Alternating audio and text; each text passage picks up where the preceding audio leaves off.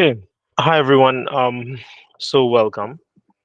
This is our pre-recorded class, and I know that I said that we would start with like finishing off things on membranes with respect to like osmosis and what happens in the plant cell and stuff like that. But I decided against it because I figured, you know what, it doesn't make sense that I try to teach you all that over a pre-recorded class where I can't hear back from you all. Instead, I'll do it like next class. So we just have to finish off this one tiny little part at the end of chapter 3, but I'm starting enzymes here now. So when we meet next time in person, it's gonna be just completion of that membranes, right? And then we're gonna continue from enzymes from wherever we reach here. We're gonna just continue from there, right? Of course, you'll get my recap. You know the usual drill that we tend to do, but I'm gonna try my best to do the usual thing, right? And keep this going as well as I can. Now, I'm also gonna create.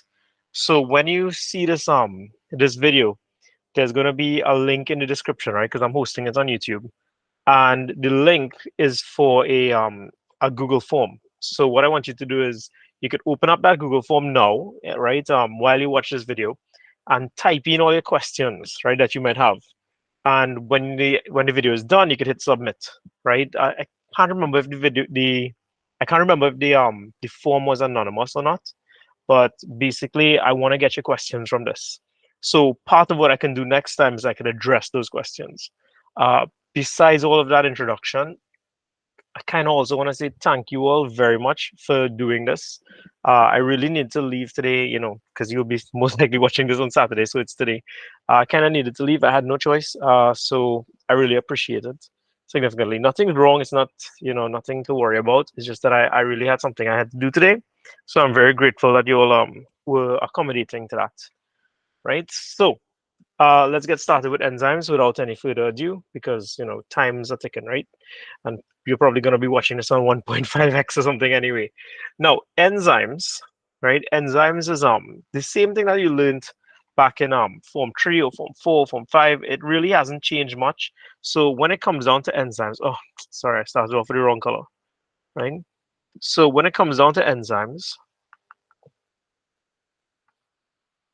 okay, we're still going to define it the same way. Enzymes are known as biological catalysts,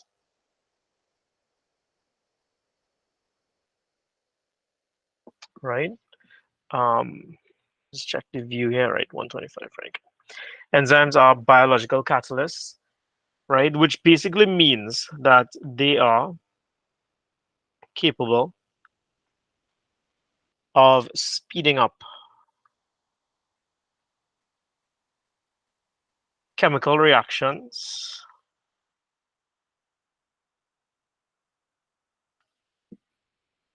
without itself being changed.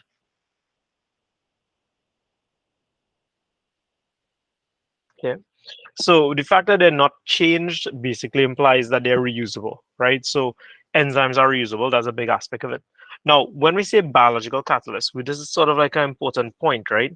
Because a normal catalyst, as you'd know from like, chemistry, right? A catalyst refers to pretty much anything that would speed up a reaction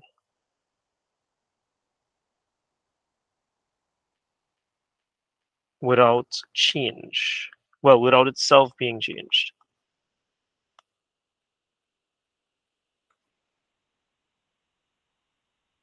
Right? So that hasn't changed. That's still the same thing, right? But then we also call this one a biological catalyst. So why is it called a biological catalyst? Now, biological simply means that its nature is proteins. That's it. That's pretty much it. So it's organic, in other words, right? So it's protein in nature, or in other words, it's an organic catalyst, right? So that's pretty much it. That has not changed from what you're accustomed to. And you'll notice I'm going to be scrolling a lot faster this time, but that's because you can hit pause, right? If you need. So let's talk about enzymes, right? A little bit more about it one time. Now that you know that, we're going to talk about the properties of enzymes. And one of the things I really want to try to get done today is I want to talk about the mode in which enzymes work, right? So Might sound like I'm being rushing a little bit, but it's not too much because these things you would have covered back in CSEC as well too. But the stuff that is a little bit more important for Cape, I will slow down on it as usual, right? So things that we know about enzymes. We could start with the stuff that we already wrote, right? Sorry, is that the proteins in nature? Okay, right. So we already know this one. By the way, we talked about proteins before, right? And if you remember in module one, we talked about proteins and we said there were generally two types of proteins. There were globular proteins and fibrous proteins, right? Enzymes are functional, they're metabolic functional, they're not really structural. So therefore, they would tend to be globular, right? Globular proteins in nature. Okay. It's kind of obvious, but just stating it so you always kind of make the links back to things that we did before. This is why we kind of teach these things in this particular order because everything links back. So you always try to make sure that you know what we talked about before, because that actually makes a big difference on, you know, um, what you know going forward, right? So it always relates backwards. So yeah, the things that we know already is that it's protein nature and it's unchanged by the reaction,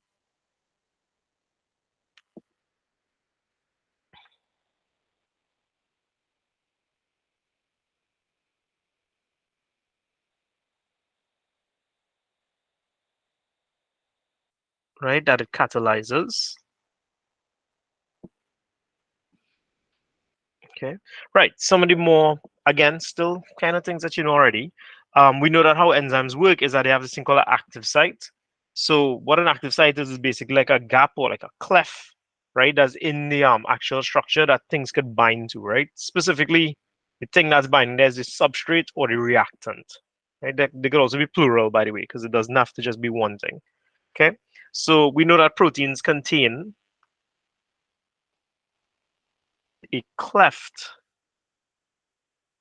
known as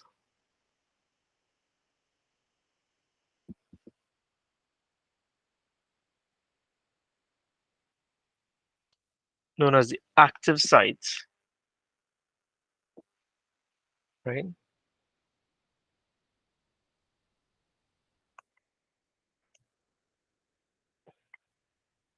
Where the bonding of um right where the bonding of the reactants.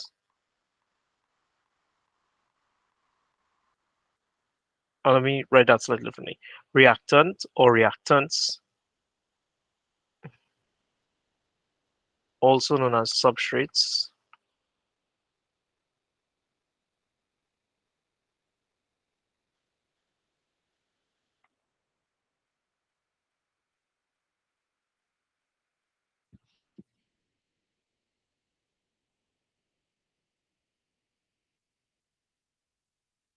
okay, I feel like right, the comma is kind of needed there, right? This is where they occur. Contains a cleft nose where the bonding of the reactants occur, right? Right. Also known as substrates, right? Occur for reactions. Sorry, I know I kind of seem like I just kind of stepped away there, but I didn't like mentally. I mean, it was the recording was giving me a little issue there since nobody else was on the call, right? That's why, because that's how I'm just recording it now. I'm just recording it through the usual means, a little bit easier than trying to, you know, do anything else right now. Okay, so yeah, so that's the active side. That's where the reactants and the substrates would bond, right? And that's where they would take. Now, a couple other things too. Enzymes are highly specific in nature. Okay. So what does that mean, right? Like, what does it mean that they're specific in nature? Okay. Well, this means that they can only react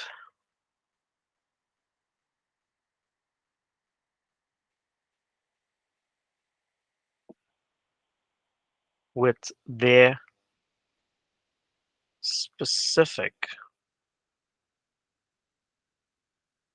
substrate or substrates. Okay.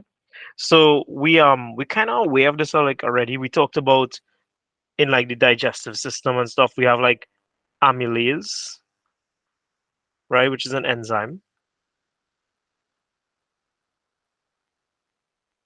only breaks down. Sorry, only breaks down starch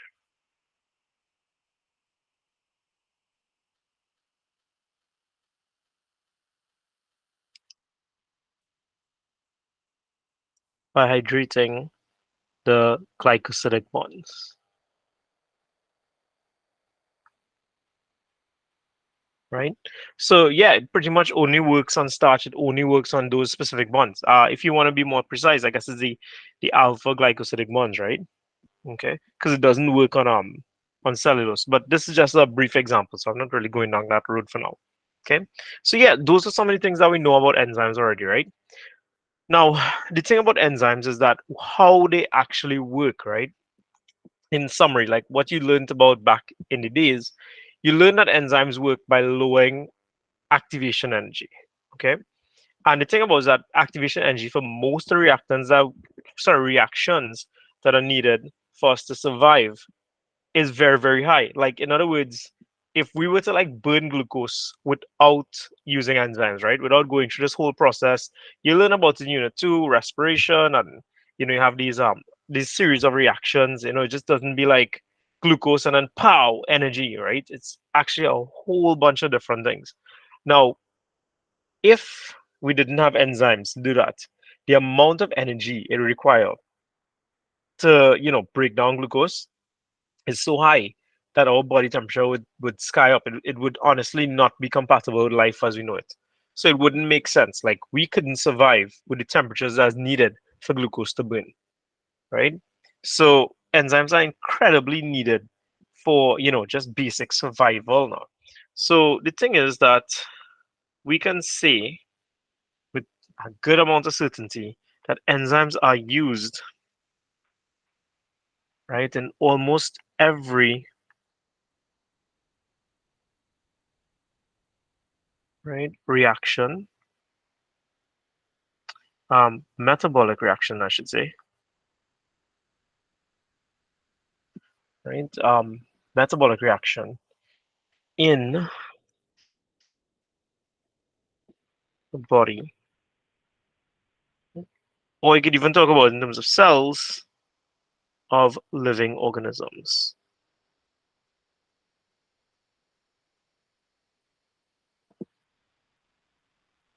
Okay, so we kind of highlight a little word here, metabolic. So might as well jump right into that. Metabolism refers to, right, any and all of the chemical reactions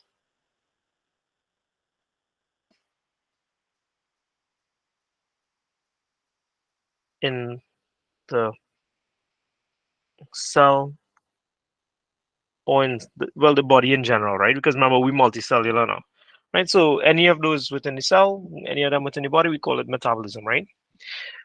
Now, metabolism actually is because it's such a broad term, can be subdivided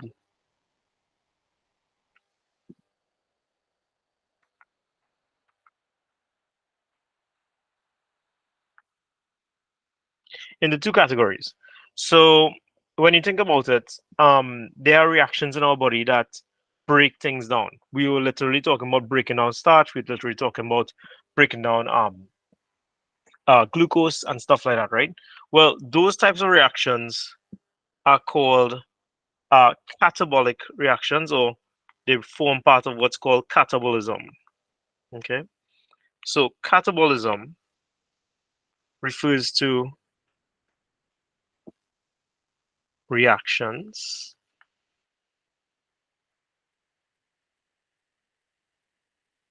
that break down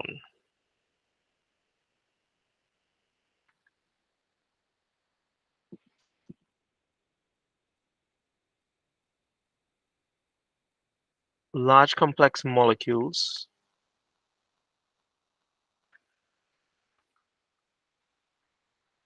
to form smaller, simpler ones. There's a ER, I'll just write that over. Smaller, simpler ones.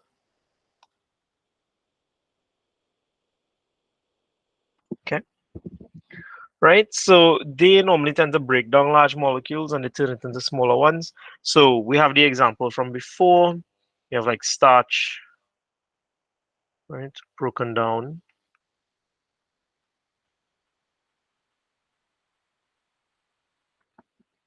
right? To maltose, right? Starch is broken down to maltose, right? And the interesting thing about catabolism, right, where you take something large and break it down into something smaller, they actually tend to be exothermic, right? Right? Oh, exo. There's another word for it, exoteric or something like that, right? Basically, it means that they release energy, right? So these reactions usually tend to release energy, right? I might be wrong on this word here, but it's exo. Well, exothermic is when it's heat, but exoteric, I think, is the word, right? When it's just talking about energy in general, right? I am going to just Google that quick, right? Yeah, okay, I seen exothermic because they asked me if I spell it wrong. Okay, there's another word for it. I just forgot the word, right? But yeah, so I will check it back, right? So I'll check it back later, right? So you could go with exothermic for now, right?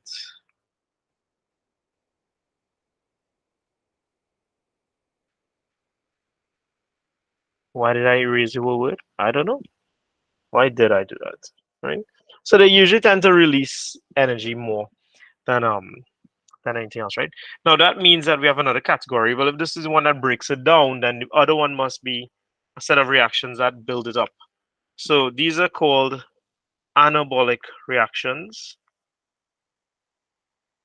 You might be familiar with the word like, anabolic steroids, right? Anabolic something else, proteins. I don't know. People who gym know these things. I know gym hard enough to know how they use these words. But anabolic means to build up, which makes sense when you think about the fact that those supplements are usually designed to help build up your body, right? So it's called like anabolic something, right? But basically it means that it provides proteins to build up your muscles. That's basically why they use the word anabolic, right? So anabolic reactions refer to the production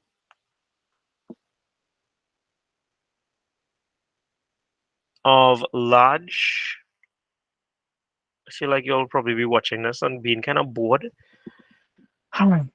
So I should probably like overlay some music on this end. Just pretend, some music is over it, right? Dun, dun, dun, dun, dun, dun, dun, dun, dun, dun, dun, dun, dun, dun. From smaller units. Yeah, right. So anabolic reactions refer to the production of large complex molecules from smaller units. Okay. So we could learn about these kind of already because we talked about proteins and their structures and stuff like that, right?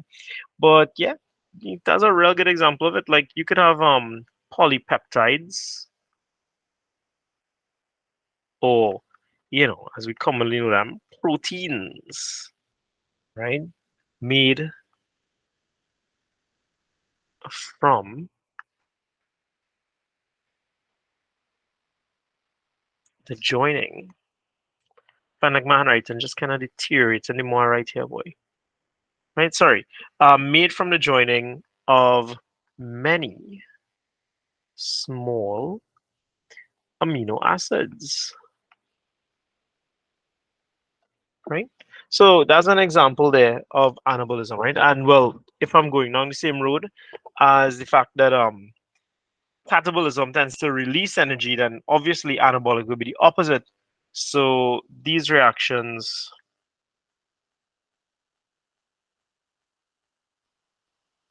right, usually tend to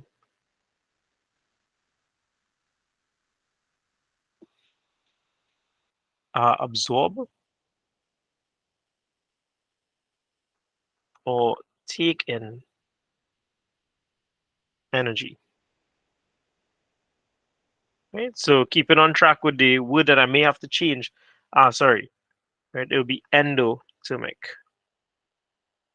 Okay, may have to change that word when we meet in person because I just can't remember the actual word.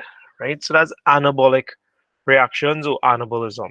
Oh, did I write anabolic? Sorry, I was supposed to write anabolism here, just to keep it on track, right, with what we've been saying before. Right? No big drama there. It's basically the same thing. Right? The words could almost kind of like be the same, right? So, or maybe I'm just trying to save face because there's a YouTube video being recorded. I don't know. We could pick. So the next thing, right? We can look at enzymes again. No? We talked about the types of reactions, right? But we could also look at enzymes in terms of like where they actually work. So much things that we're going through before we even reach enzymes, like on how they work. But I promise you, this is like the last thing, right? All of this is practically introduction, but yeah, we almost finish with this aspect of it so far. Okay, so um, yeah, the first thing is that, right? How do we classify the enzymes? Now you can classify them based on like what they break down, and you kind of know this already. Like lipases break down lipids, right? Amylase breaks down starch, and you might be like, oh, those words don't really line up. Lipase and lipids make sense. Protease and proteins make sense, right? But amylase and starch not making sense. But remember, starch is amylose and amylopectin.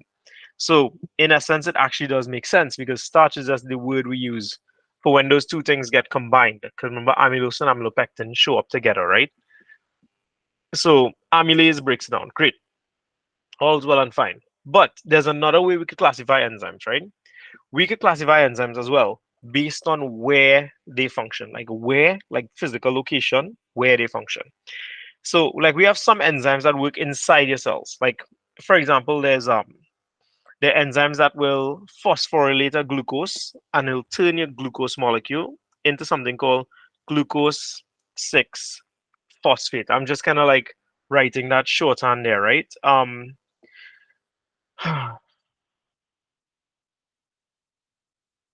Right. Yeah. So, right. There's an enzyme that's going to catalyze this, and this enzyme is going to be inside of your cell, right? Um, it's basically glucose 6 phosphatase, right? That's the name of it. We don't have to go down the road of the names right now, but yeah, that's the name of the enzyme that does it, glucose 6 phosphatase. But the goal I'm telling you here is that this reaction happens inside a cell, right? So enzymes can work inside cells. We know that part already, right? So that's part of a reaction. Glucose turn into glucose 6 phosphates. That's part of respiration, right? But then you have enzymes that work outside of a cell. So you have like your cell, should draw a little bit bigger, and enzymes that are manufactured here. And then these enzymes leave and then they work somewhere else, right? A good example of this is some of the same things that we were talking about before, right? Like lipase, right? Lipase is made where? Remember? In pancreas, right? Comes out with pancreatic juice and it works not inside the cell that it's made, but it actually works inside the alimentary canal in the duodenum. So some enzymes work inside a cell and some enzymes work outside of a cell. And that's one of the ways that we could also categorize enzymes too. Okay, not just by what they break down, but by where they work. So enzymes can be classified.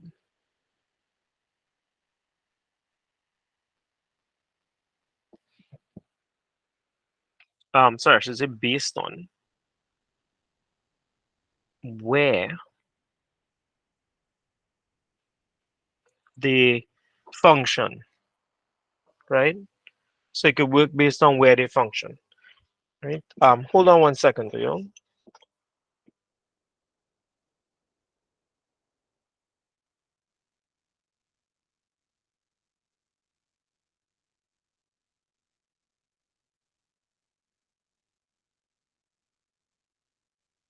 right? Sorry about that. Yeah. So enzymes can be classified based on where they function, right? So enzymes that work inside,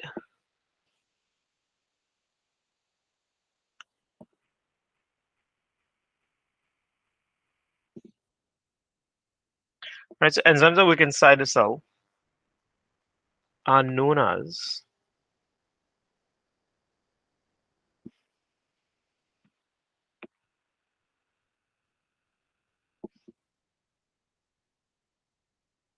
intracellular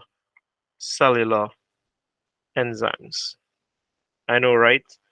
Not exactly the world's most dramatic name, but that's a good thing. Okay. So we could have some examples. Actually, there's a full stop there. So we could have some examples of this, right? We have like ATPase, right, which makes ATP. Okay. Um, Sometimes ATPase is also known as ATP synthase. So if you look at it online, because I know ASE synthase, I think, yeah, right. I know some of you always go and study after and research stuff and you're all yeah, yeah, yeah. So just in case you come across that word and say, wait, this man don't know what you're talking about. We say ATP is, it's not crazy. No, sometimes it's the same thing, right? So ATP is ATP synthase, that's the correct name, so it, right? We have the one I was just talking to you all about, for example, like glucose 6 phosphatase, right? All those are examples of intracellular enzymes, right? We have tons of others, but that's just throwing out two names there that you'll find, right?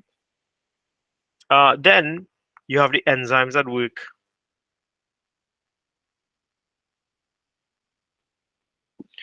outside,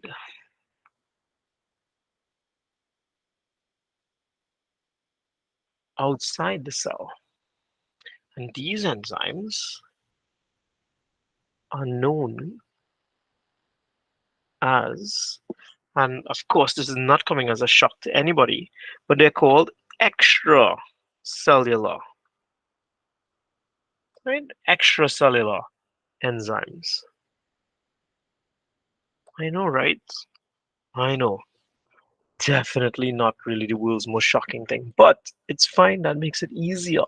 So we have examples. We have salivary amylase, right? You have salivary amylase, which actually works in the mouth, but is made in the salivary glands. So I'll just write that in there.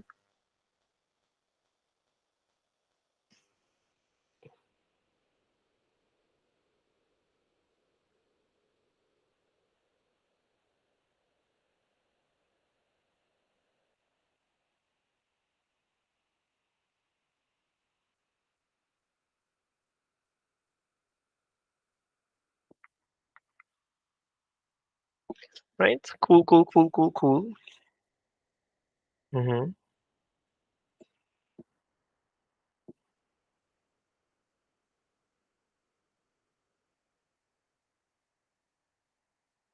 Good, good, good.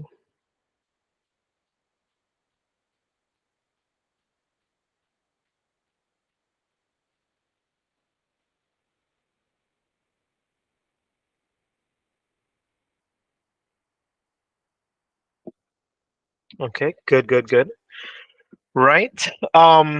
Then, right. So now that we have this done, let's talk, like I promised, let's talk about how enzymes work, right? It's the fun part of it here now, right? We're on the fun part now. Okay, how long is video going on so far, boy? It's weird that it'll tell you the time this video is running. No, why Google doesn't do that? So strange. Hmm. Like, what if people wanted to know? Like I don't even remember what time we start this.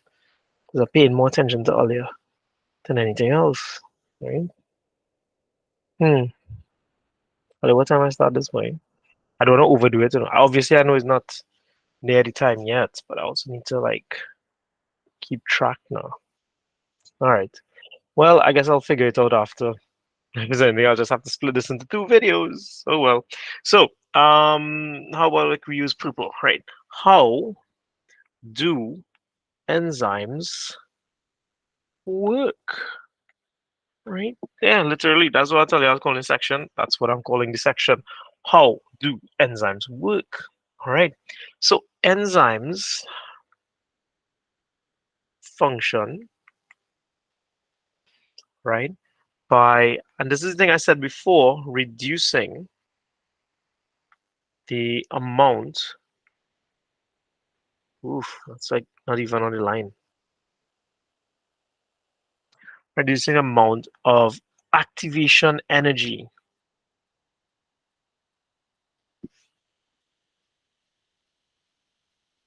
Now, for future reference, I'm going to be referencing activation energy as EA, right, with a capital E and a subscript A, right? This has nothing to do with FIFA. It's not necessarily in the game, right? This is just EA, activation energy, right, which is required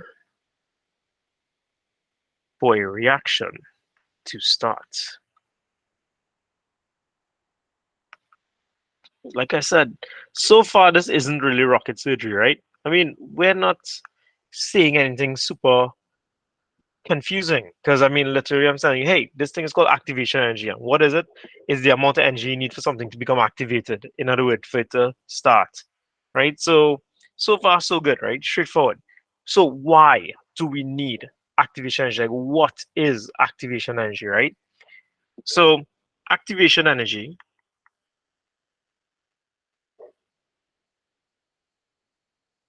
I know I said that right, EA in future, but since it's the start of a sentence now, I want to have some sort of like English etiquette, I guess, in writing.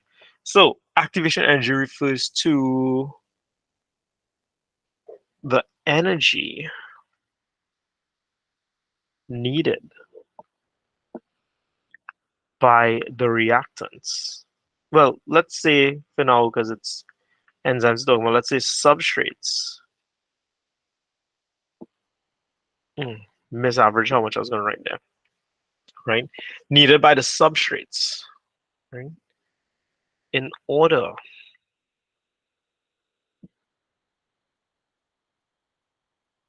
for the reaction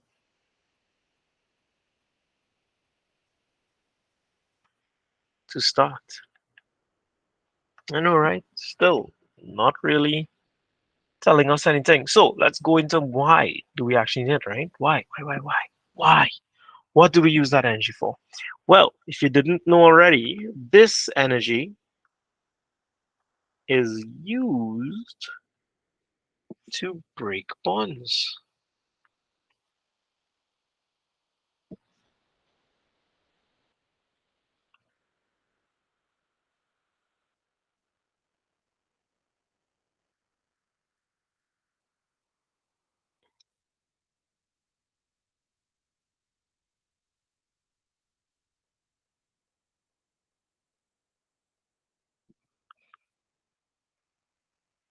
Yeah.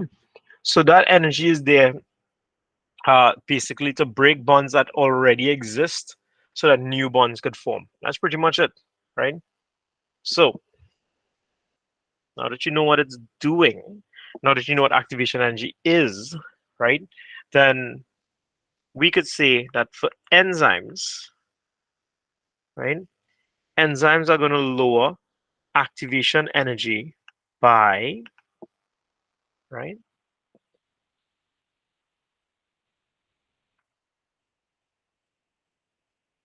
probably be a capital B, right, by binding to the substrates or substrates, right, at the active site.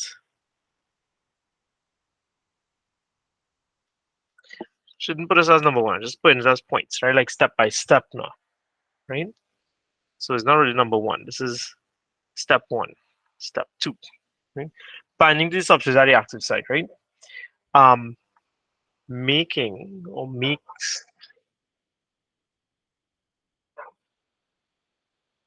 I'm going making. I think the sentence would flow better. Making the intramolecular bonds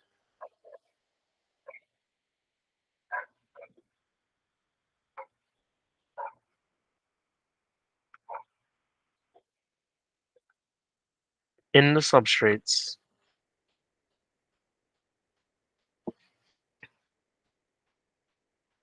unstable.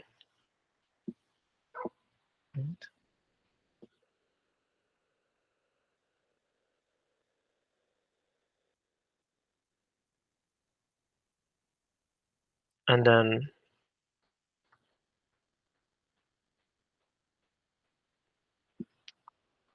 capital M, sorry, making sure. Then the intramolecular bonds.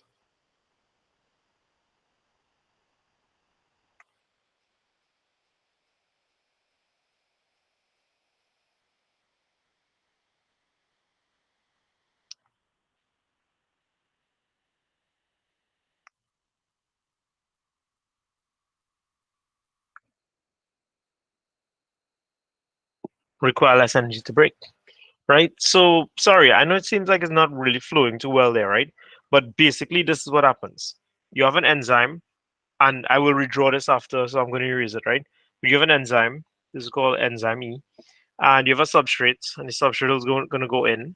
And effectively, what I'm telling you is that you create a bond between the substrate and the enzyme. Oh, if I didn't, sorry, I forgot to write it down. S, this is the substrate, right? So the substrate is in, the enzyme holds it in the active site. And because there's like a pull, right? Because the bond is forming on the substrate, the bond kind of like pulls the substrate like that on both sides. I know this is an oversimplification just a little bit, but effectively this is what happens, right?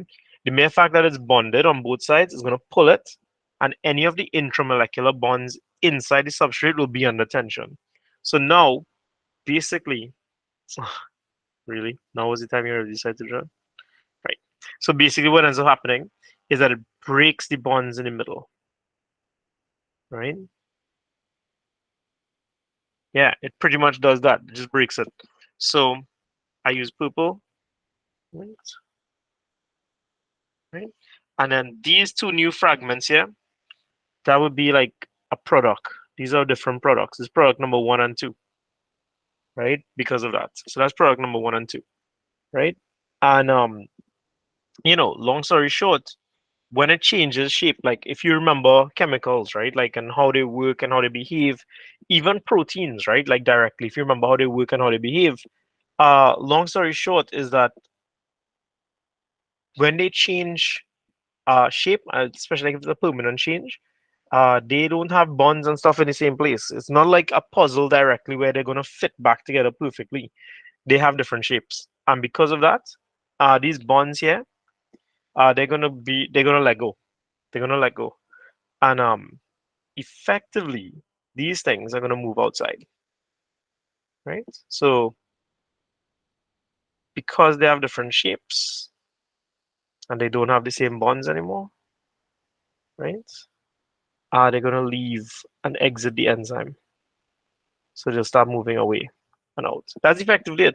So how do enzymes lower the activation energy? And I know you kind of know all this from, Form 5, but we're doing it in a little bit more of a technical way now too now. It binds to the substrate here. So you see the bonds form in purple. That creates a pull, which then basically causes the intramolecular bonds in the substrate to become unstable. Because if you did this in chemistry or if you didn't, the long story short is that bonds have a length, right? So if you put two things together, it doesn't matter what they are, and the bond has an actual length, right? I know that's obviously wrong, right? I'm just saying it has a length, okay? But if you put the length of that bond to be something more than it's supposed to be, right? Then it's actually going to be very, very unstable, right? So it's more likely to break the bond. That's basically it, right? So what effectively happens here is the same concept. Because the enzyme is binding the substrate, the bonds on the inside of the substrate is being pulled, causes it to be more easy to rip or break apart. Just using rip to kind of illustrate the diagram here. But yeah, it breaks apart, and then you end up with these products that could now not fit in the enzyme, and therefore it'll leave. That's it. That's pretty much it. Right? Don't worry, I'll draw this back over for you all. Okay, but if you didn't understand that, just rewind a little bit and give me a few more seconds of watch time, right? And start to make that YouTube money, right? Let me see how it goes. So, yeah, that's pretty much how it works, right? Now, we mentioned this aspect before, right? But I'm reiterating it here because what I'm going to teach you all about is the concept of how the substrate actually enters the enzyme and holds onto the enzyme, right? I'm going to tell you all about it now. So, enzymes have a specific globular shape, right? Specific globular shape, which includes,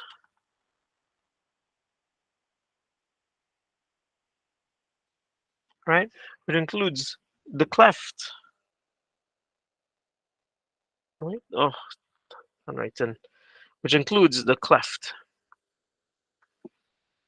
okay? I.e., the active site. Okay, I used for active site before, boy. When I mentioned it, orange, right? Including the cleft, which is known as the active site. Okay, cool, cool, cool. Alrighty. Now, the active site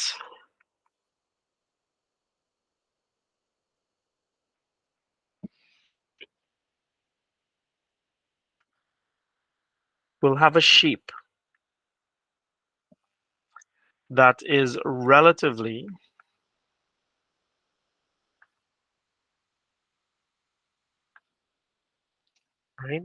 relatively complementary. That V looking like a U, right? Relatively complementary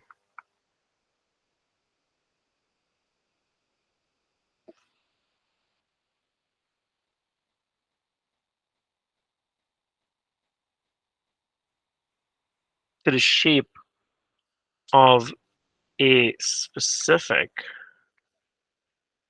substrate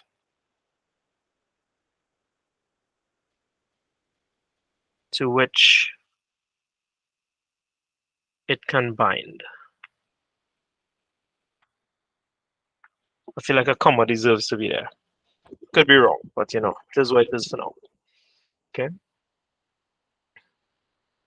right? So they have a specific shape. Now, I know I've been basically showing mine like if it's Pac-Man, right? Because it's kind of easy. Like there's actually a real easy shape to draw, like a Pac-Man or a pizza or whatever with a slice missing. Real simple shape to draw. But the reality is that remember it's proteins and the proteins are globular. So in reality, it kind of looks something more like this. It seems very random, right? Like to us now.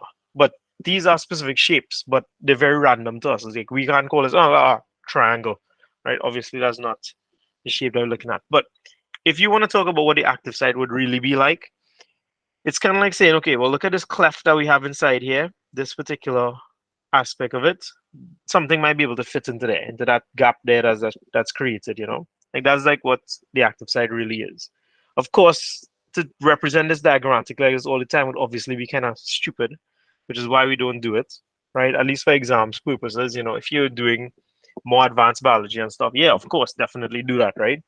Like in university level and but they would give you renders and stuff. To be honest with you, even when I did biology in university, we don't even do it in this level. But it's good to know what it actually looks like, right? So it would actually look like this nut, kind of shape because basically it's just a globular protein. And somewhere along that, you have a cleft that has something else that could basically fit into that sort of a shape now. Right? So you have something else that's going to fit into there. So like this, right? So draw it a little bit badly, clearly. Did you get my drift? Okay. So yeah, let's see. That will work. Yay! Look at that. It fits. If you just rotate it. Nice. See that? Ta-da! So you end up with, you know, enzyme and a substrate, right? So yeah, that's basically what it really looks like. Okay, good. So I have that specific substrate that could bind to. Now, when an enzyme and a substrate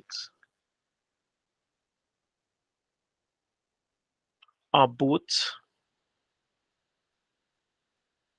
contained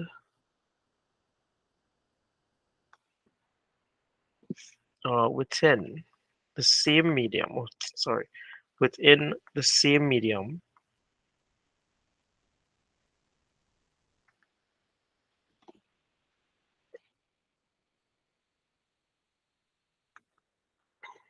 and they are both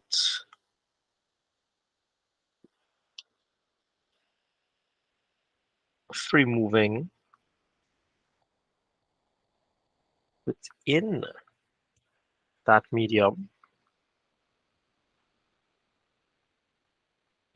In other words, it's not like you have a solid and a next solid resting together, right? Solids don't normally react with each other very well. So you normally tend to find like it has to be like two liquids, two gases, or like two aqueous solutions, something like that now, where the molecules can actually move, right? So you need to have that to happen, right? So they're both capable of moving around. They're both within the same medium so that they could actually meet, they could physically meet, right? So and they're both free moving within within that medium, right? So that they are capable of coming together,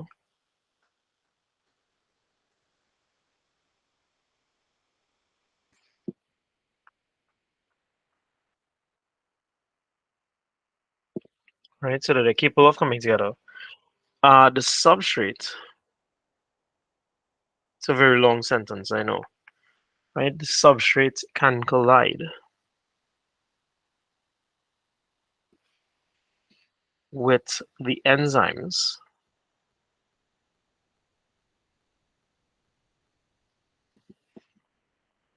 active site.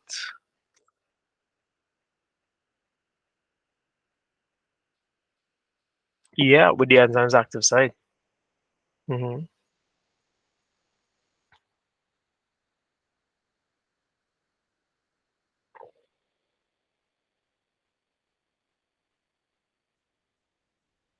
Right? Yeah, can collide with the enzymes active site. When this occurs,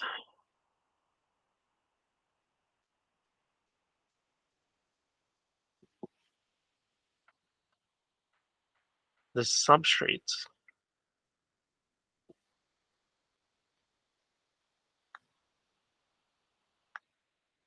will bind to the enzymes active site.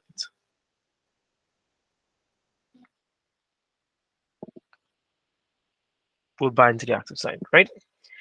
Okay. So there are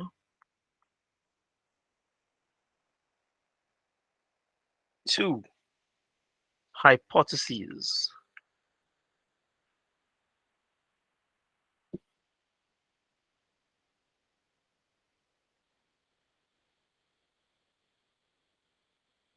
for the mechanism by which this binding occurs,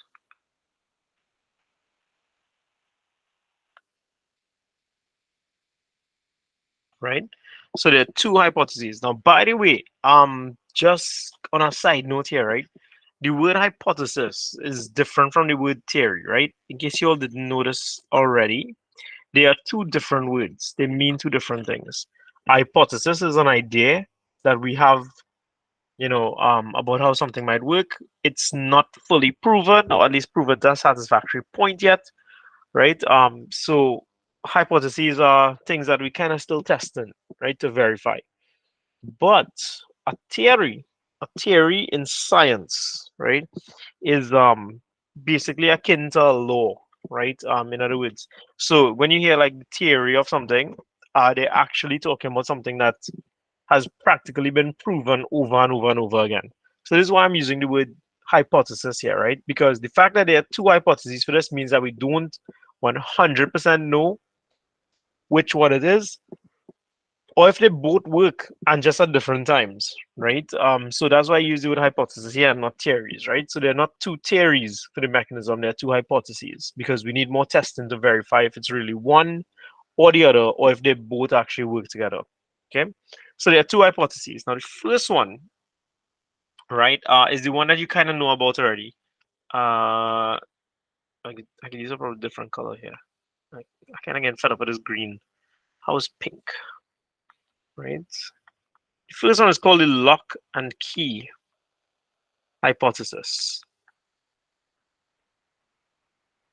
right? So that's the first one. It's called the lock and key hypothesis. And the second one is called the induced fit hypothesis,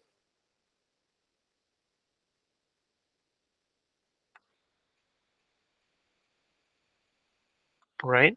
So you have these two different competing hypotheses. So let's learn about them one time, right? And that will pretty much be it for today, I think. I'm not really 100% sure. But yeah, it should probably be like the end of a day for now, right? So let's start with the lock and key hypothesis.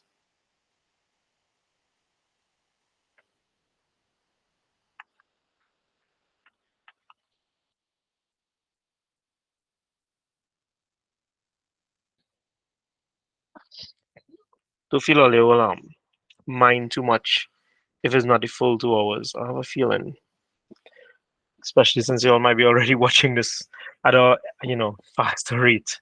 So, what is the lock and key hypothesis? Basically, this hypothesis is going to state, right,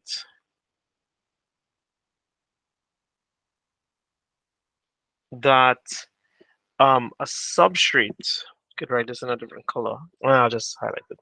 Right, that a substrate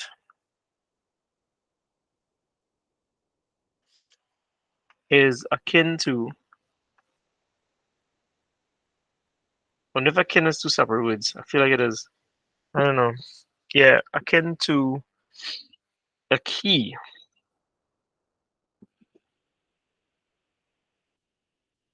that perfectly fits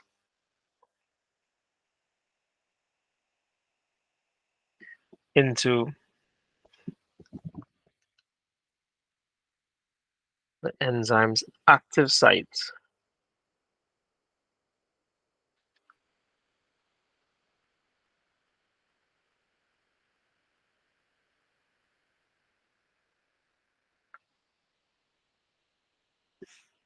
as if it were a lock, right? So this is a lock and key hypothesis, right? So the substrate is the key and active site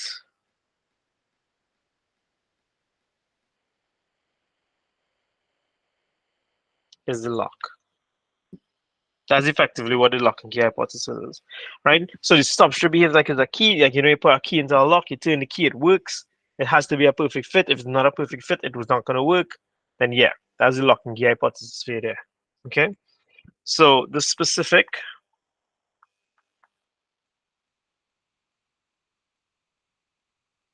and complementary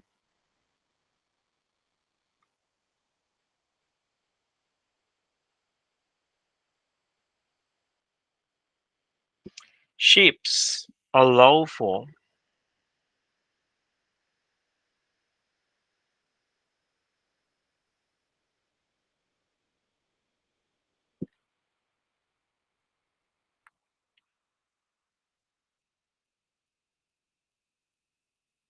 enzyme and substrates to bind.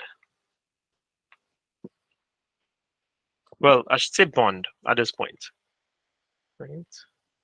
Sorry, to bond, right? The bonded enzyme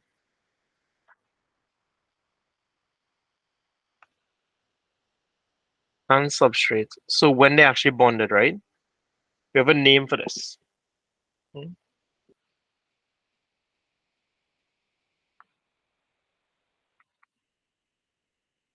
Right, so the bonded enzyme and substrate together, it forms,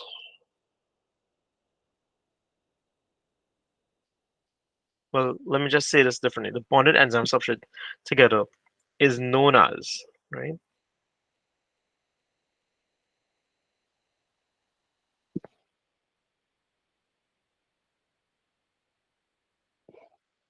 No, I use orange for active sites. That's all right.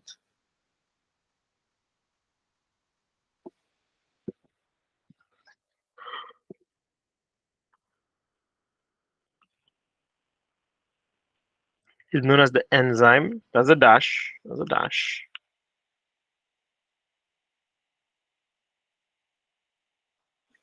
Known as the enzyme substrate complex, right? You might see me referring to it, and you'll see it online as well, as the ES complex.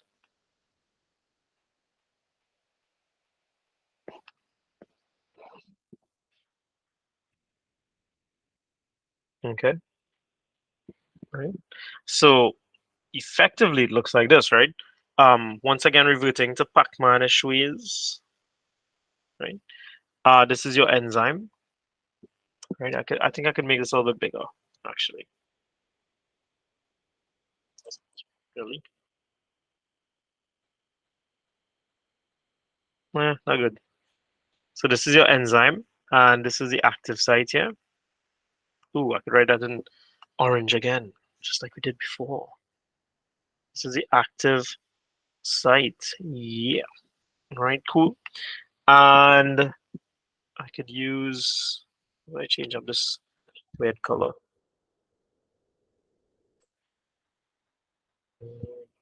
Okay, I guess this one is different, right? And this is the substrate,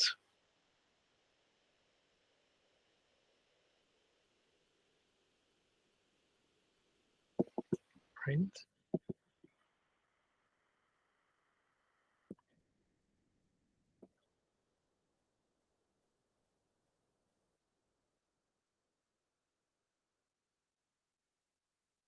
Substrate behaves like a key, all right? And the enzyme, as we stated before, right? I just kind of captioning it, when like you're looking at the views and the videos and stuff. Right. Okay, good. So enzyme and the substrate. So basically I'm telling you that when they get together, right? It's going to look like this.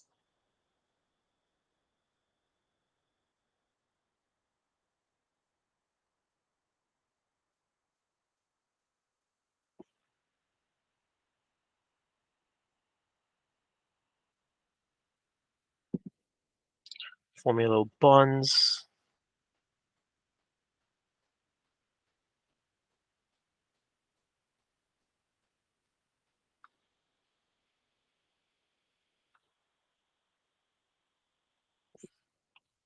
So this would be your enzyme substrate complex.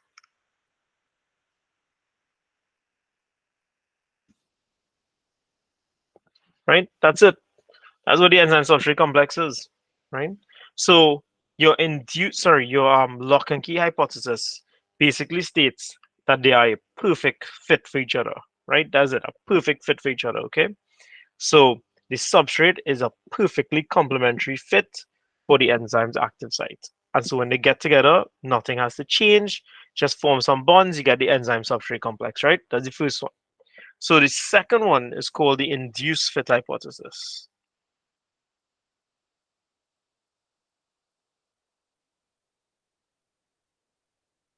right? So this is the induced fit hypothesis, right? Now the induced fit hypothesis is a little bit different. I mean, obviously, right? Because if it was the same, then it would just be one, right? So how does the induced fit hypothesis work? Okay, so this hypothesis states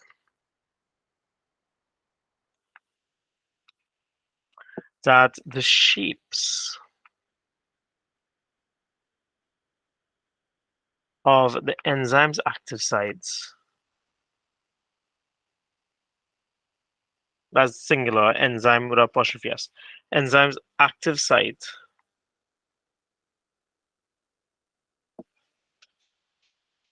and the substrate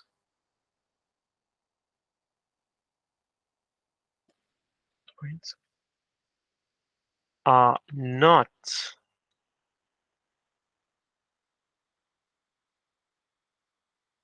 perfectly complementary.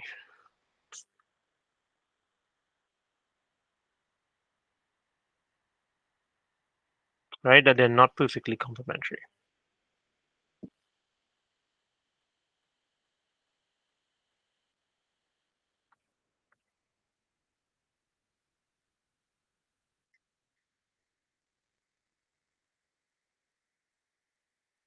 So when an active site and the substrate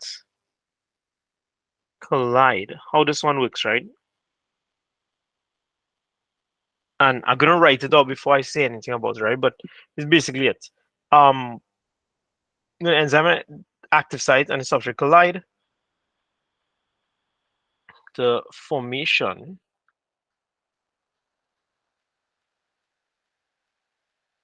of the bonds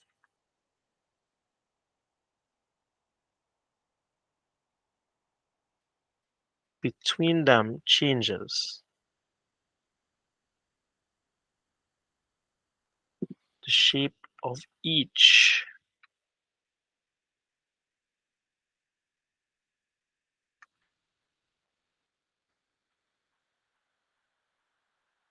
enzyme and the substrate.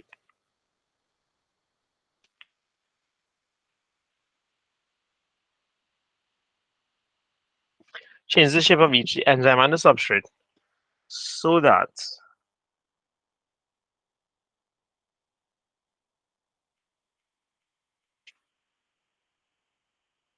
they mold together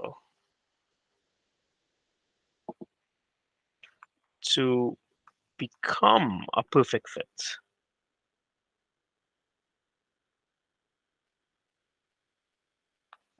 right? So, well, I'll write it in one time. This again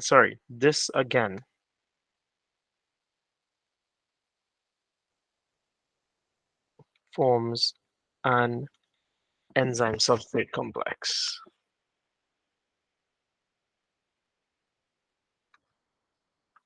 right? So we still form the enzyme substrate complex, but basically the difference between the induced fit hypothesis and the lock and key hypothesis is that the induced fit, you start off as being similarly complementary but not perfectly complementary, and as they bond they become a perfect fit. Where, sorry, did I say that correctly? I don't know if I said induced fit or lock and key there. Sorry, wasn't paying attention to what I was saying. So let me just start that over in case I said it wrong, right? So the lock and key is that they are perfectly symmetrical, right? And then they form the enzyme substrate complex, while the induced fit hypothesis is that they are not perfectly complementary, but as they become bonded to each other, they kind of mold around each other a bit and become a different shape. Both of them would kind of change shape slightly to become a different shape and cause them to fit perfectly together afterwards, right? So that's the difference between them. They both lead to the formation of an enzyme substrate complex, right? Because you still have to get an enzyme substrate complex for this to react. Okay, so it's just a different means of getting to that. Okay, that's effectively what's happening. All right. So let's continue. Oh, let me check something. 8:45. Okay, so I think approximately an hour, a little over an hour is gone, right? So just trying to kind of time and make sure I don't cross too much now, because like if you realize I'm actually doing this kind of late in the night, right? To set this up to make sure you all get it for tomorrow. You know, things we do, eh? Oh well. Okay, so let me um let me add to this one time, right? And then we'll move on from here. So the first thing is that since we're talking about it, the enzyme substrate complex, I want to also make special mention. Guess I shouldn't use blue here, this light blue. Is this a different blue? No, that is that blue. Okay. All right. I'll just play with some better colors here, but that's fine. Ooh, was more colors. Nope. Nope. Nope. Nope. Not going through that. Okay. All right. I'm gonna write it in dark blue. How's that? Okay, cool. So check this out, right? Ooh, whatever it works. So the change in shape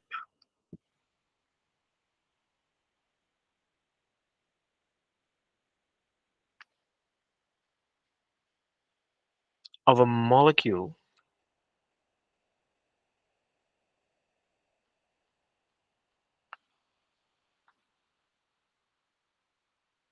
due to the formation of bonds is known as allosteric effect. Okay.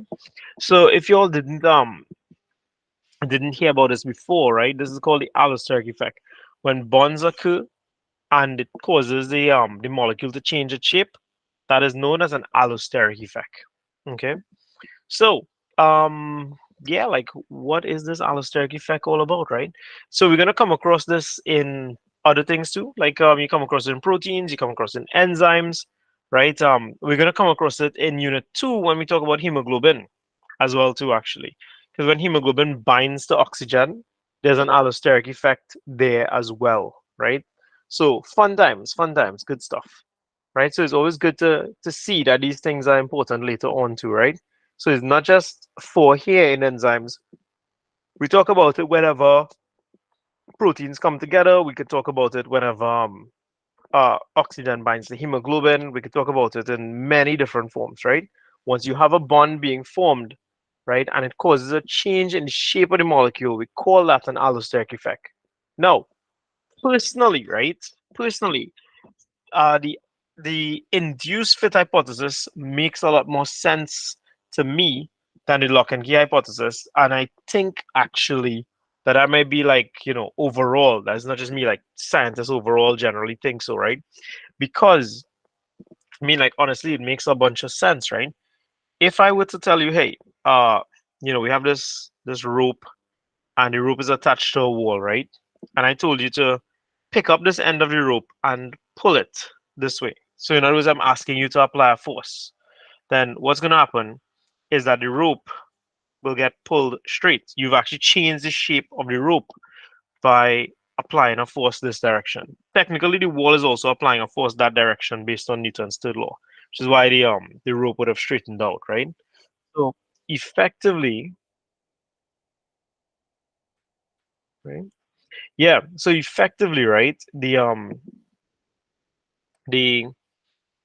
wall, sorry, the wall and the pull. Sorry, I got the same notification again. It just kind of threw me off now, right? Keep asking me if I want to leave the call. So if you create a pull or a push, if there's a force being applied in any way, form, or fashion, then you would expect, right, that there's going to be a change in the shape. Okay, you could see this with anything. If you look at anything around you right now, you'd be able to see it. The clothes that you're wearing, if you pull on it, right, or if you push on it, it changes or deforms the clothes against your body, right? Or if you fold up clothes, even anything. Sorry, I was just folding clothes. That's why it was on my mind. But basically, all those things. A good example too is like a balloon or like a rubber band, right? Those are also really good examples of it, right? So if you pull a rubber band, you deform it by applying a change in like a pressure or force, right? So all of those things come down to the same thing, right? So it makes sense that if two molecules are being bonded together and there's a force between them because the bond has a force between it to hold them together, then there is a change in shape, right? So that actually makes quite a lot of sense. So how does this one look, right? Now that we talk all this talk, effectively, basically, I don't know why I said it like that, but yeah, it kind of behaves something like this. Imagine you have an enzyme that looks like this, right? Um, so enzyme, okay, and once again, this is the active site here, right? This kind of mouth-looking piece, and then you have your substrates, which I'll stay with the green, just like we did last time. But the substrate shape is something more like this. Okay, let me round that off a little bit more, actually. I know this is kind of squared off at the bottom, it's not exactly the same shape. Shouldn't be. Hopefully, I'm not that skilled at fitting. Oh, it's a little bit too close. All right, let me just change that up. Okay, so yeah, I'll go back with the pointed shape, right? So this is your substrate.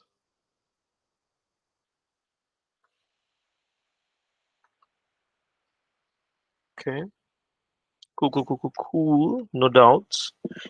Right? And then you're going to form that enzyme substrate complex, and they're both going to change shape when it forms that enzyme substrate complex. This one got smaller. Sorry. Right? Shouldn't necessarily get smaller.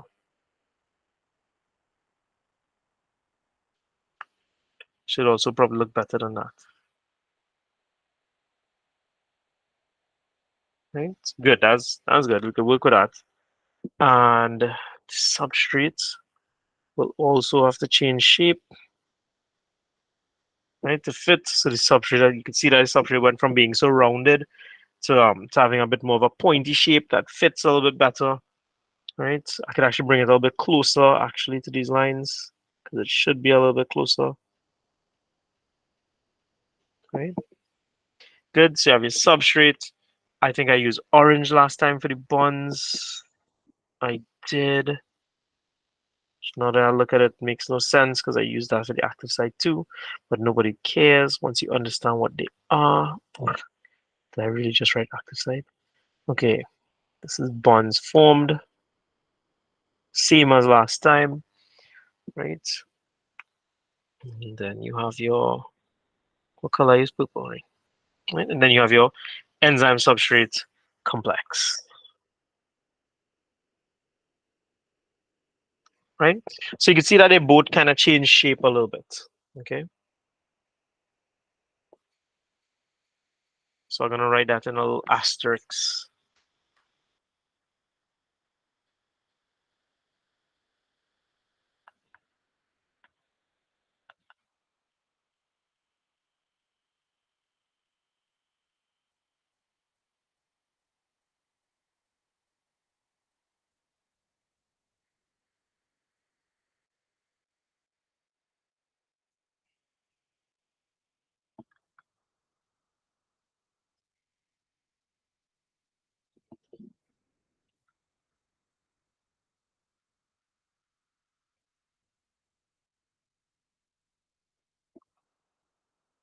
Right, so both of them kind of change shapes like it's create the fit. Okay, good. So yeah, that's pretty much that so far, right? So the next thing then, right? So both of these methods, right? They're about getting to this particular point called the enzyme substrate complex. Okay, that's what they're both there for. They're really just trying to get to the enzyme substrate complex. Now, like I said, I personally think that the induced fit makes a lot more sense. It's neither here nor there for me. I mean, you have to know both theories. I'm sorry, hypotheses. Look, I make my own mistake there. Right? You need to know both of them. Sorry, right? Because they could ask you about either one. Okay, so both the enzyme and the substrate have changed shape slightly to create that fit.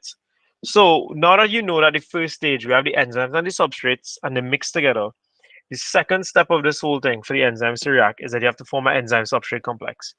You may have learned that back in Form 5. I'm not really 100% sure because I can't remember if that was Form 5 work as well.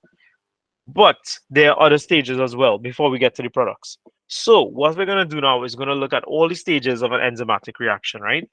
And kind of like by the time we finish this little aspect here, we would finish for the day. Okay.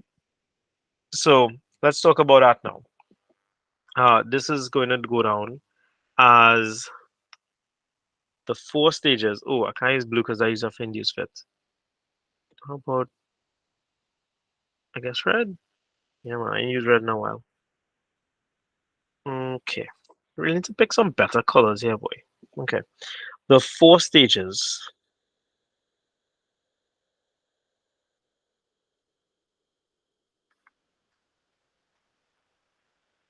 of an enzymatic reaction.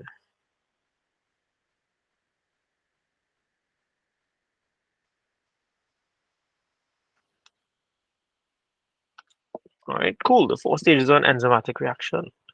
All right, all right, all right.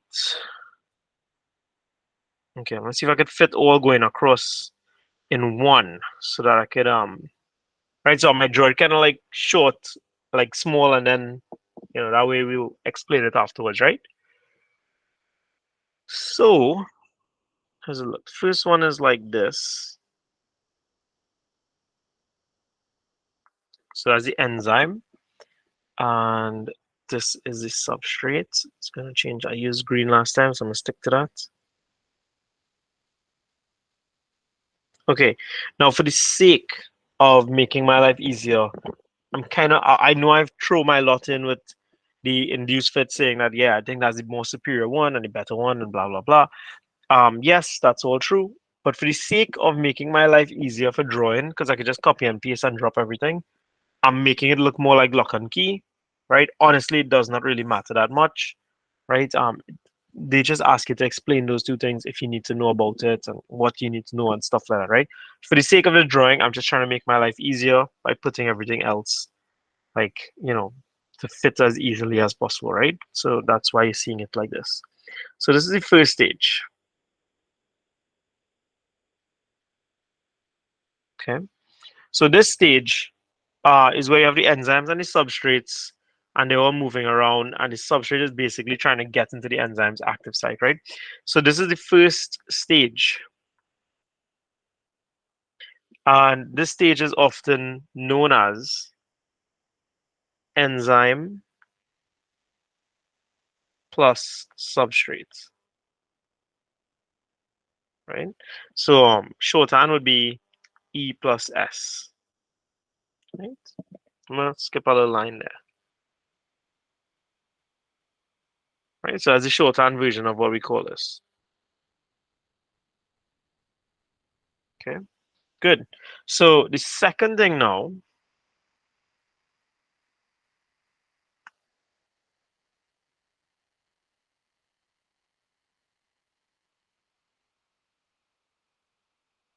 right? So the second stage, I'm gonna try. I'm gonna see if I could just fit them all here one time. 3, 4. Now need to move it a little thing again.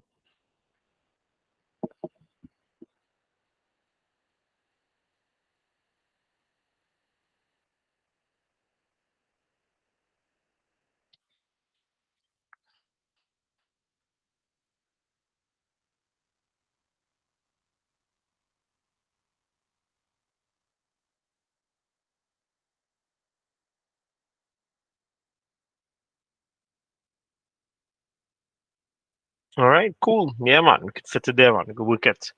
We go work it. We go work it. Right.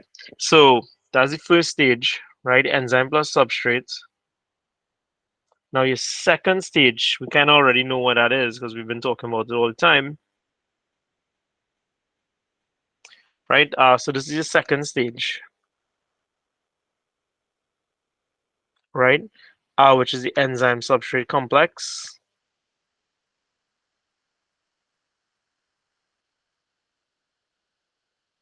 And that's why I skipped the line from before, because this would be called the ES complex. Okay. So we know already what's going to happen here. The substrate is going to get in, right? And is going to bind. So you're going to get those bonds forming, right? Good, good, good. The third stage, right?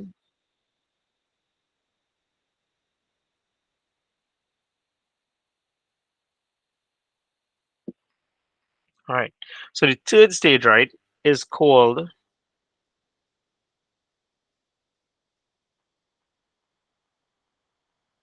the enzyme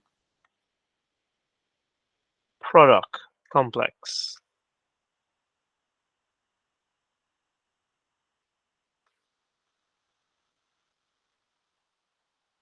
which I guess kind of straightforward. If ES complex is enzyme substrate, then this one is EP complex. It's called EP complex, right? Okay. So what's going to happen here is that enzyme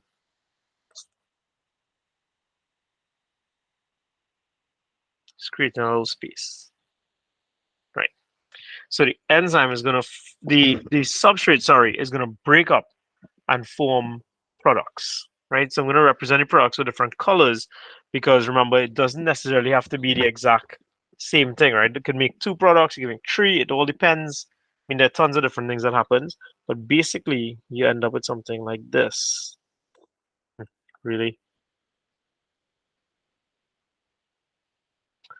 Okay. Clearly, I need to do this in multiple line segments, right? So we're going to call this P1, product one, and I'm going to call this other one here, which I guess I'll do in, I use orange for the bonds, because blue.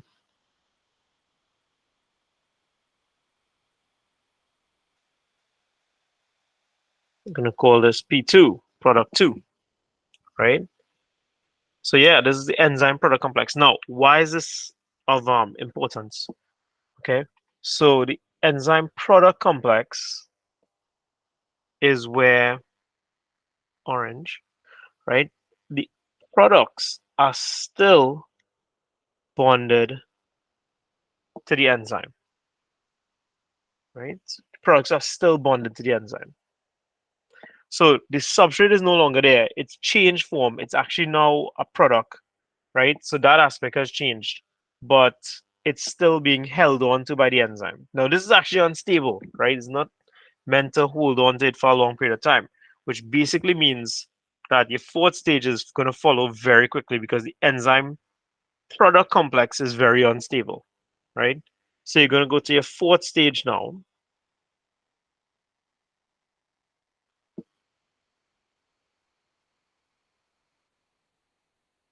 right? And your fourth stage is the enzyme plus product, right? So this is your E plus P. So you can actually see the progression of the entire thing. It goes from E and S to ES complex to EP complex to ENP, and this is enzyme and product, right? So effectively, what happens is this. Remember, I told you this is unstable in the third stage, right? So the products are going to leave,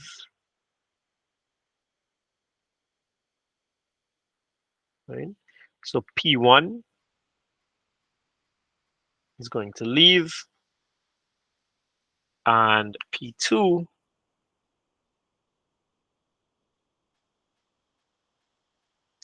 is also going to leave, right? So they exit the active site. So this is basically what it looks like, right? So you have your enzyme and substrate, you have your enzyme substrate complex, you have your enzyme product complex, right? And then you have your enzyme and product separate from each other.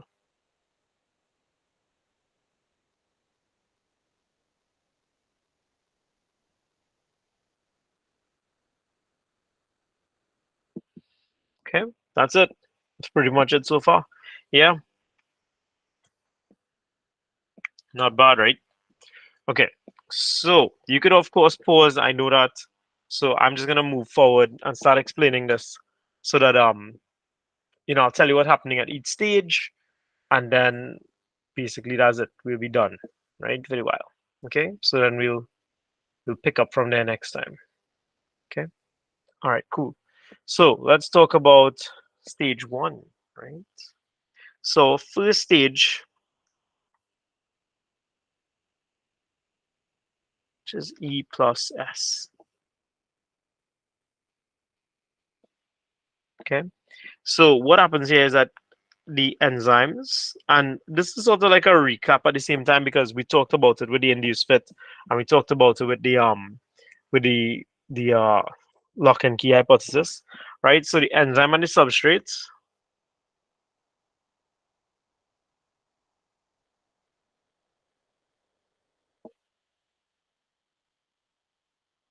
sorry, are both freely moving, just like we said before, right? Within the same medium.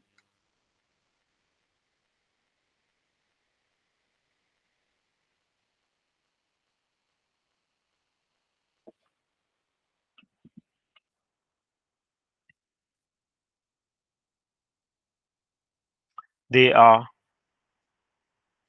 currently not bonded to each other.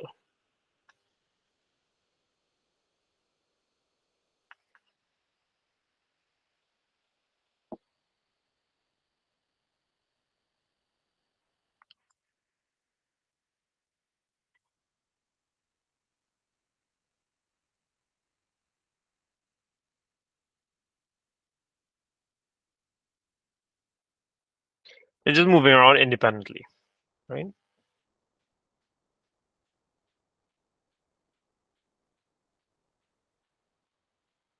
So this stage ends when the substrate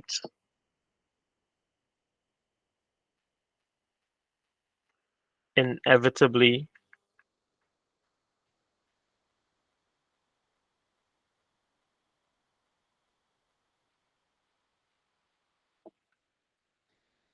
collides with the enzyme's active site,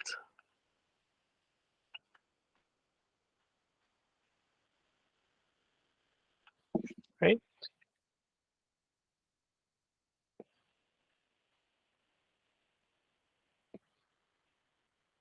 So that's stage one, right? The enzyme substrate, right? Enzyme plus substrate, sorry. Okay, good. So let's look at stage two, or second stage,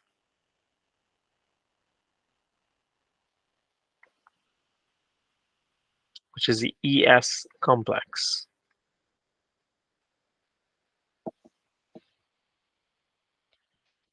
Okay.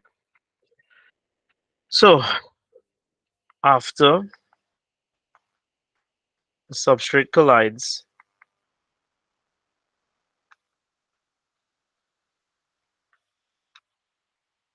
with the enzyme's active site,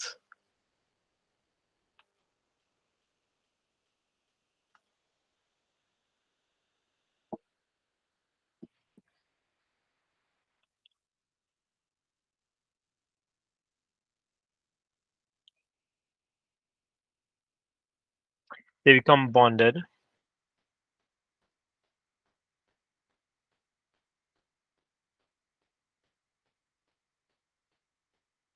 to each other. So this is either by lock and key or induced fit methods. So just a brief reminder there on that aspect, right? They form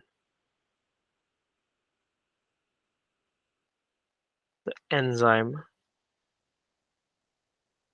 substrate complex.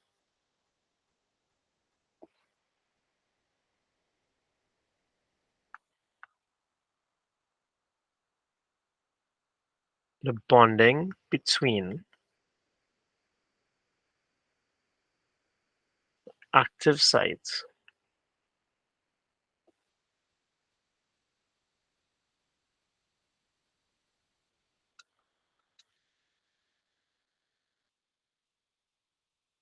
and the substrate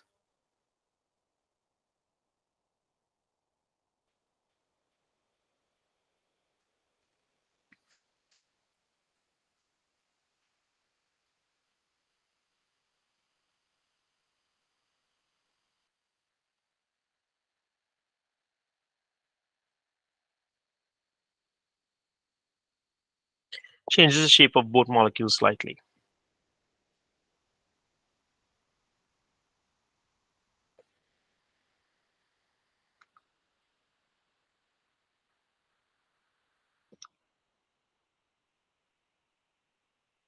This is known as an allosteric effect.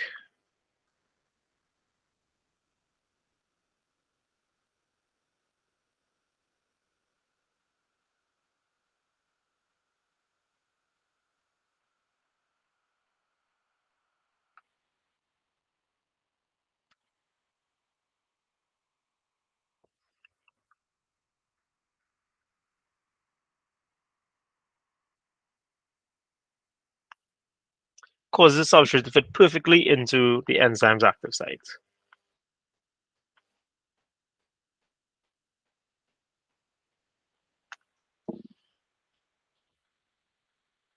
Right? Now, before I forget, let me just highlight this because it's my brain. They become bonded to each other. So actually, let me use a different highlight color. They become bonded to each other. Ooh, because bonds, I did it in orange. Why didn't I just put it in orange? I have an orange one too. So smart. See how smart I am? Whoa, I'm like food smart. Okay, good. So they perfectly fit into the enzyme's active site, right? Sorry, site, right? Right, blah blah blah. Okay, this weakens. That needs to be a new paragraph. This, right,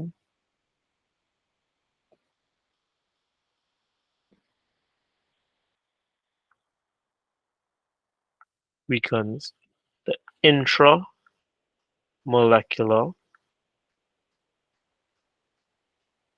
bonds in the substrate,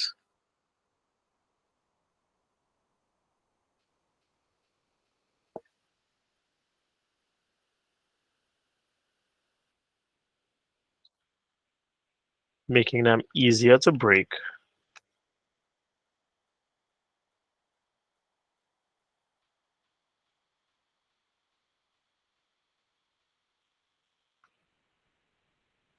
And thus lowers the activation energy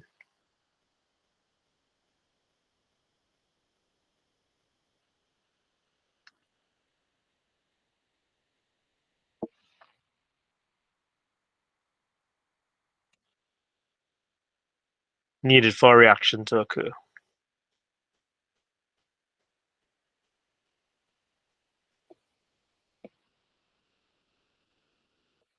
right?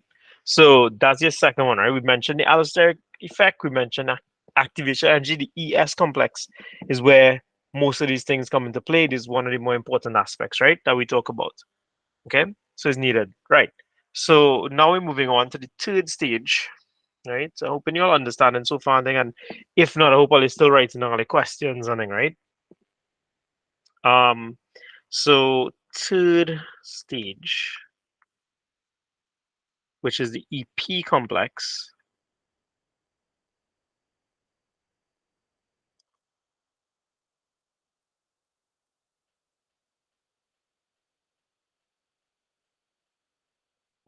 right?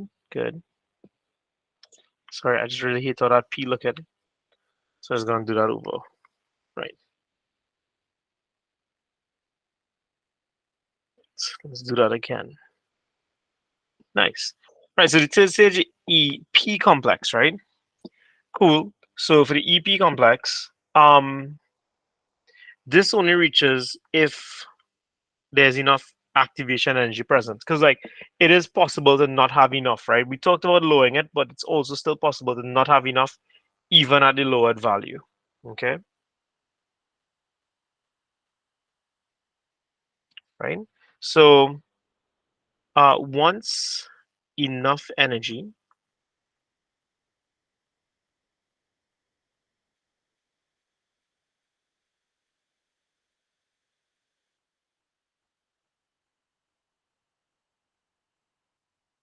Once enough energy is available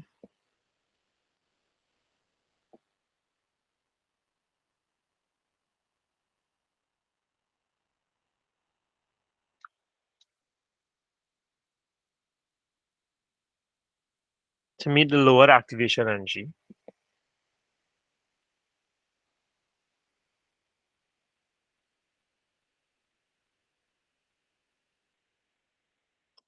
right? To meet the lowered activation energy requirements, right?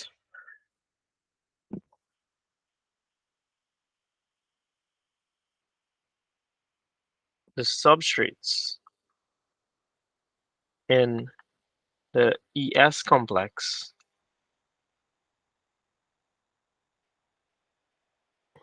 will react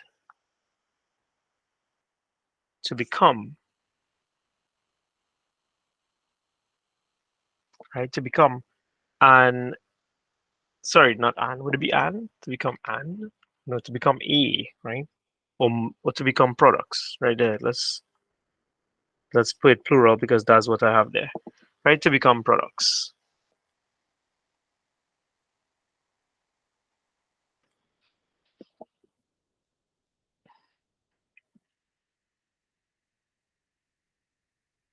At this point,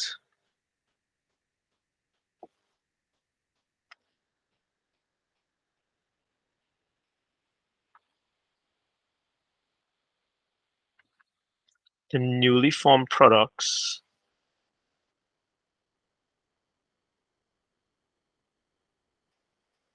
are still bonded to the enzyme,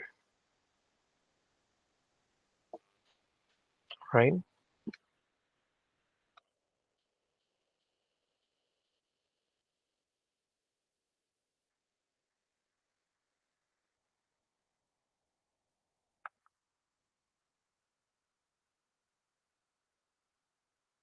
So this is therefore known as the enzyme product complex,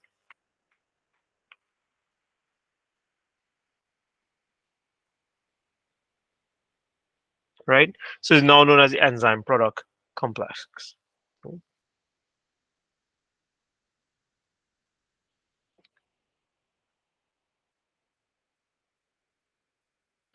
However, the products have a very different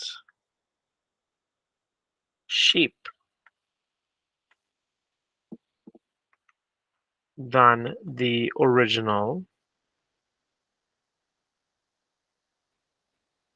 substrate.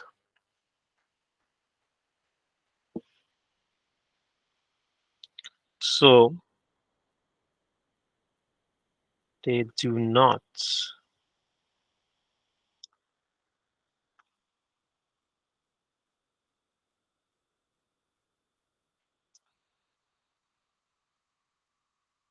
want to remain bonded to the products. Sorry, not to the products, to the enzyme,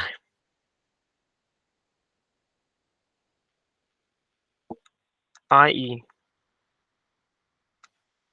the enzyme product complex is very unstable,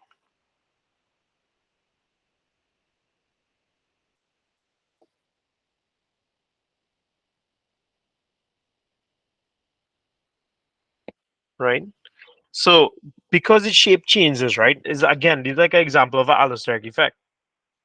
Because the shape changes, um, the like where it was bonded to the enzyme before, it doesn't want to form a bond there anymore, right? Because effectively, like that's not really a useful bond now. Like it kind of how should I say it? The region it was bonded to, it might no longer be in that location because it wants to move to a different location. So it's under some strain to change its shape. So it's kind of like it it doesn't want to be there anymore. So it has to change shape, and because when it changes shape, it becomes dislodged or unbonded, right? So it's The EP complex is very unstable because it doesn't want to stay in that shape because the bonds aren't really going to form there. See, one of the things that I didn't really mention just yet, because we'll talk about this later on with like competition and stuff like that, is that remember how I keep drawing it and I put in the substrate here and I tell you it have like bonds like this, you know? Like the thing is that it could have bonds. What if like how you have to look at it is that the substrate is also capable of forming bonds in those areas. So when it lines up and it gets in, right, they could actually form bonds together, like that now, right? So can I draw this a little bit off? But yeah, right? Yeah, I'm gonna do that over, right?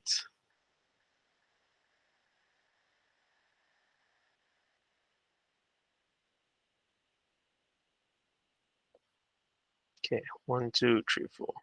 Right, man. I think I could do that. Right. So it looks like this, right? So effectively, the substrate could form bonds in the same places that would line up with the the product. That's what's supposed to happen. But when it changes shape, right, and it becomes products instead, then it's like this. Like what happens is like this. So like call that one product. Let me call this the next product. Those areas where they could have bonded before, like here and here, that area might now be here and here. And on this one, it might be up here and there. So when you try to fit these in, right, they don't fit. Even if it was smaller. Sorry, let's just scroll along the sides a little bit. Right? Yeah, so even if it was to try to get there, the bond's not going to form in the same place. They don't want to form in the same place. So it wouldn't hold on effectively. It basically let go. So it'll come back out. That's effectively what happens. So the substrate could fit because the bonds that are like it wants to form line up with the bonds that the enzyme want to form, right? So that would be like this one here. This wants to form those bonds, right? It move it out the bonds. No? Okay, yeah, right? I'm gonna just highlight that over. So yeah, this one wants to do it. It could work for here, but these can't do it because the bonds are in different places. Okay, we could review this again later too if you need, but that's effectively what it is. That's why the enzyme product complex isn't going to hold on for a very long period of time because the bonds don't want to be there, right? So now for the last stage, right? The fourth stage, right? Which is the enzyme plus product stage, right?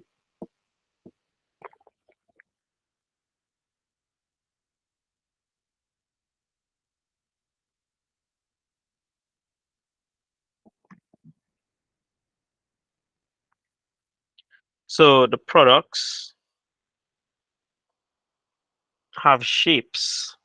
I kind of being a little bit repetitive here on that last part, but because this is basically why they are leaving now, right? Products have shapes that are different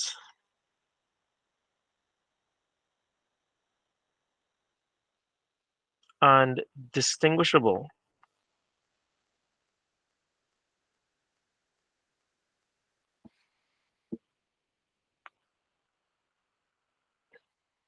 from the original substrate.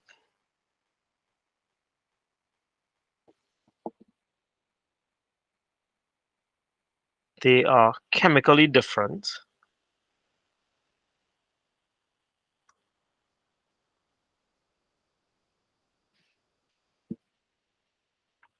and as such,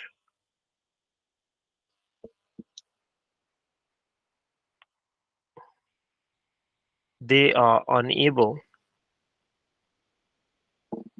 to stay bonded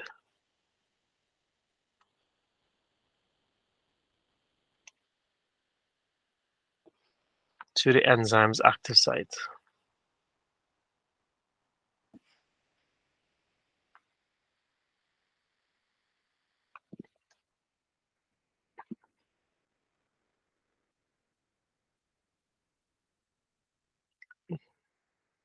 Enzyme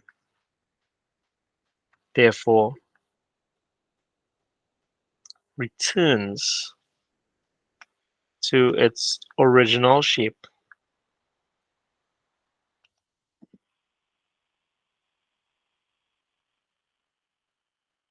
as the products exit the active site.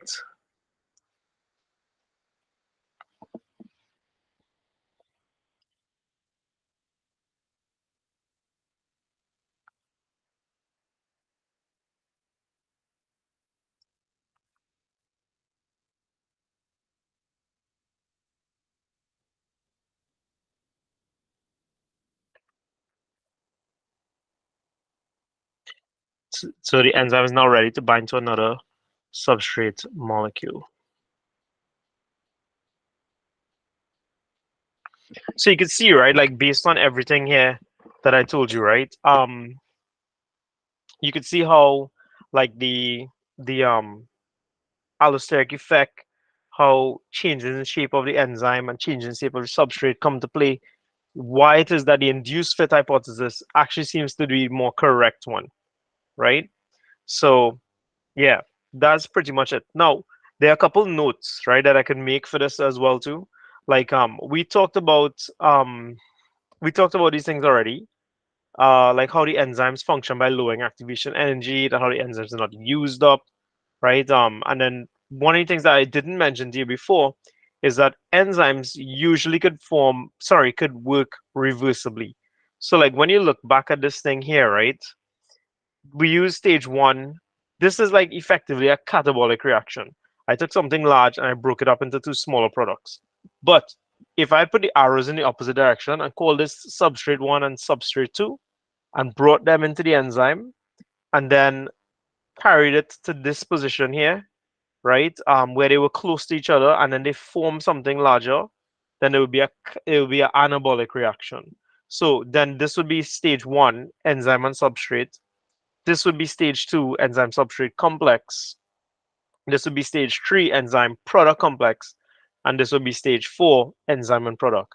That's if I went the opposite way and did it like as a anabolic reaction now where I was making something larger, right?